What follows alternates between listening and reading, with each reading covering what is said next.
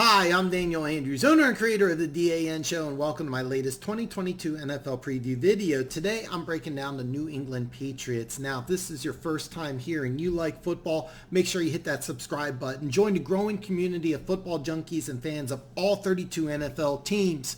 Now, here's how my videos work. First, I break down the 3 things I like about the New England Patriots. Then I break down 3 things I don't like. Then after that, I go over the schedule, preview the yearly win total odds, and at the very end, I reveal if I'm going to put action down on the Patriots. Now, let's start off. 3 things I like about the New England Patriots. Before I reveal the 3 things I like about the Patriots, none of them are Bill Belichick. Now, if you follow my channel, you know that I'm a huge fan of NFL history. And in my opinion, Bill Belichick is the greatest coach in NFL history since he's arrived in the New England organization in the year 2000. What he's done is unprecedented, and I don't think will be duplicated. Now, none of these 3 things specifically are Bill Belichick, but they're all in conjunction with Bill Belichick being the greatest NFL coach of all time.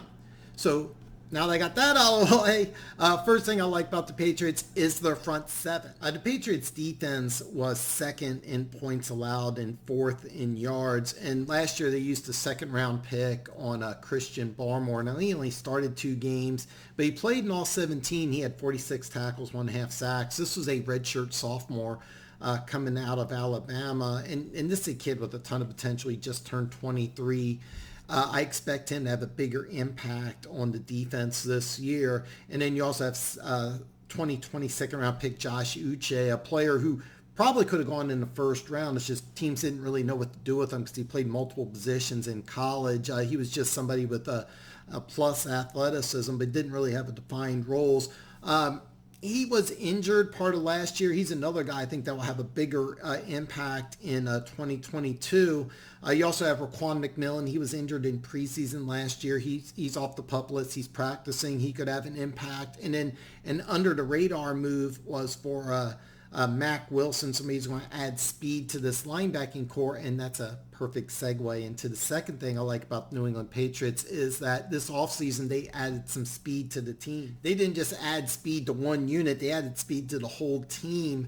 Mac Wilson added speed to the linebacking unit. They drafted a pair of corners who both have good speed. Now one's going to be used mainly as a returner, but both of them are fast guys that were ball hawks in college. On offense, they traded for Devontae Parker.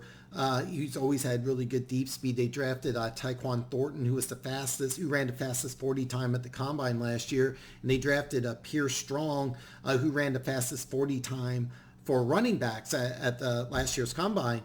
And speaking of Pierce Strong, the third thing I like about the New England Patriots is the running backs. Last year, New England was 8th in rushing attempts, 8th in yards, and 2nd in rushing touchdowns. They scored 24 rushing touchdowns last year. They have Damian Harris, who is their starting running back. He's a big, powerful runner. He had 15 of those rushing touchdowns, and even got a bigger guy in Ramondre Stevenson. He fumbled his first game last year and didn't see the field again for about a month. This is a faster 250-pound running back. He ended up with 606 yards rushing and 5 touchdowns. He could have a really big year next year for you fantasy football guys. And you also have J.J. Taylor, a 5'6", 680-pound burner. They signed Ty Montgomery, who played wide receiver and running back. He also is going to contribute on special teams. And then in the draft, they drafted 2 running backs, both on polar opposites. The speedy Strong, who I mentioned, and they drafted a powerful 230-pound Harris, more of your bell cow, stereotypical north-south runner in round 6. Now, are all 6 of these running backs going to make the team in 2022? It's hard to say, but this unit does have some power with Harris and Stevenson. They got some speed, they got some versatility, and all these guys are kind of unique. I love teams that have versatility among their running backs, and that's something the Patriots unit definitely has. So just to recap the 3 things I like about the Patriots, I like the front 7, I like the added speed to the team, and I like the running backs. Now, 3 things I don't like about the New England Patriots. The first thing I don't like about the New England Patriots is Bill Belichick's record in New England without Brady. Currently, it's 22-27 with one playoff loss, a blowout against a division rival, Buffalo. Brady is doing fine without Belichick. He's got a Super Bowl. Can Belichick win a Super Bowl without Brady? Because as of right now, what Bill Belichick's been able to do in New England without Brady isn't much. The second thing I don't like about the New England Patriots is 36 sacks last year. Now, just to be clear, I wasn't lying before. I do love this front seven, but only getting 36 sacks last year is a big concern. In the playoff loss against Buffalo that I mentioned, they got 0 sacks. And granted, they're expecting improvements from young players, but your second leading sacker last year is Kyle Van Noy. He's gone. He had 5 sacks last year. Now, last year, they addressed the front seven with a big free agent acquisition of Matthew Judon. They didn't add any pass rushers this year in free agency. And for me, this is a risky move considering that getting after the quarterback is something I would consider to be a weakness on this team. Now, the third thing I don't like about the Patriots is that they are in a very tough AFC East division. Buffalo made some big moves this offseason. Miami, of course, made some big moves this offseason, and the Jets ended up with 3 first-round draft picks, plus they drafted Breece Hall in the second round, a draft crush of mine, the best running back in the draft. Now, all other AFC East teams got significantly better or made big moves this offseason. New England, I think, did get better, but they didn't make any big moves like the other teams did. Now, this division last year had 2 playoff teams from last year, and I think everybody got better.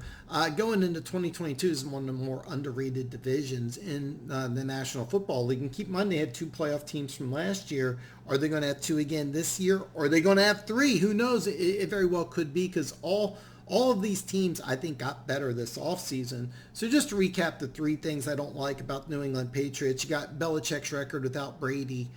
You have 36 sacks coming from the Patriots in 2021 and a very tough AFC East.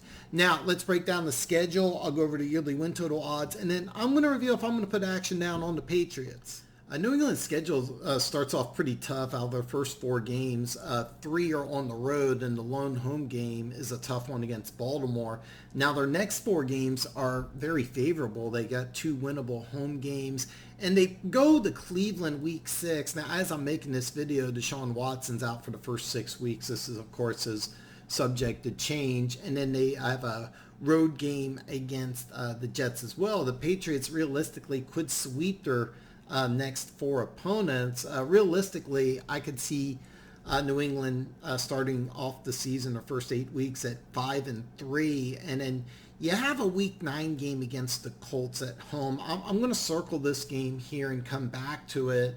The next 5 games, the schedule makers not give New England any help. After a week 10 bye, they play the Jets at home, but the New York Jets also have a week 10 bye. They play Thanksgiving at Minnesota. Then they come back on a Thursday night game against Buffalo, week 13. Buffalo also plays Thanksgiving the previous week.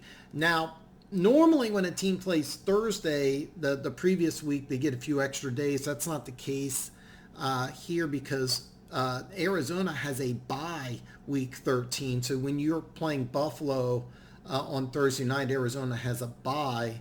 And that's going to be a very fun Monday night game, week 14. Then week 15, you travel to Vegas. Now, week 14, the Raiders play on the road, but it's in Los Angeles, which for those of you that don't know, is just a 2-hour car drive. So the Raiders are going to get a slight advantage because they're going to get basically an extra day rest before they host the New England Patriots. And then the final 3 games of the season, 2 consecutive home games before you end the season at Buffalo. I'm wondering if out of these final 3 games, can you win 2, maybe those 2 consecutive home games, and then out of that 5-game stretch, can you win another 2? So after the bye, if that can happen, you're looking at 4 wins, and without looking at that Colts game, I'm looking at 5-3 mark, giving the Patriots 9 wins. Now, if you'd like New England to make the playoffs, I got a feeling 10 games is a bare minimum. So New England has to win this week 9 game against the Colts in order to have a shot for the playoffs. Now, the yearly win total odds are 8.5 at both Caesars and Barstool with heavy action on the over. Now, I do think it's going to stick at 8.5 just at the bad numbers. And so Caesars offers an alternative bet line with one win more and one win less. So at over 9.5, they're offering plus 170, which a $100 wager will win you 170. And I might put action on that because I do like the Patriots getting 10 wins this year. So I am going to put action on the Patriots. This is a team I really like.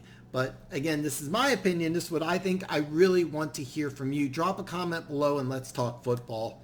And if you haven't already, hit that subscribe button. Like the video. Ring the bell. That way you're notified every time I come out with a new video. Now, tomorrow I break down the Las Vegas Raiders. So I will see you tomorrow.